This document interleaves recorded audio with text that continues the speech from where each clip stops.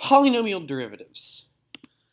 So a lot of the calculus class is about taking derivatives and integrals, and rather than using the definition of each of those every single time, we use shortcuts to calculate those derivatives and integrals.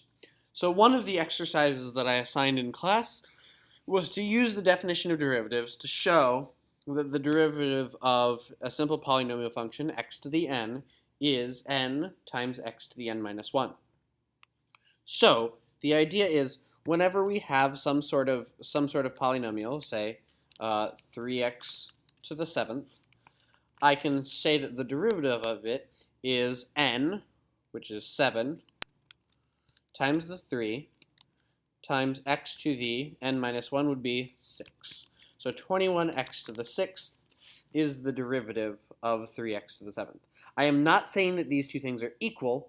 I'm saying that the derivative of 3x to the 7th is 21x to the 6th.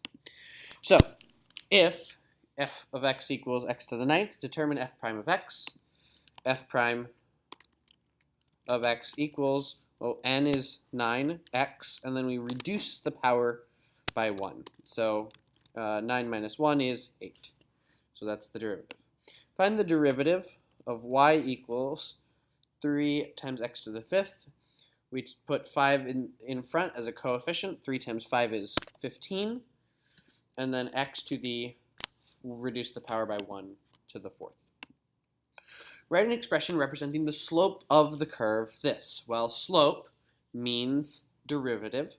So we can take the derivative of this, y prime equals, take the exponent of 2, write it as a coefficient, 2x. Reducing the power by 1 from 2 brings it down to 1, so that's why it's 2x to the first, or 2x. And then plus x to the first, well, we put 4 in that 1 in the front, and then we reduce the exponent from x to the first to x to the 0th, well, that's just 1.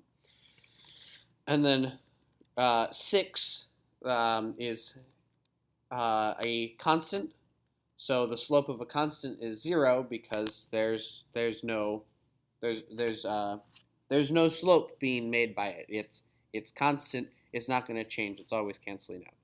So that is the derivative of that. Differentiate this with respect to x.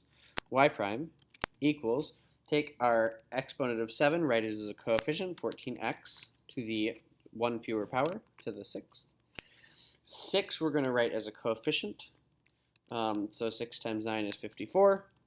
X to the reduce the power by 1, 5th, minus 7 times 3 is 21, and then x to the reduce the power by 1, so 3 minus 1 is 2. And that is how we can take polynomial derivatives. The proof is something that I expect you to do using the definition of derivatives.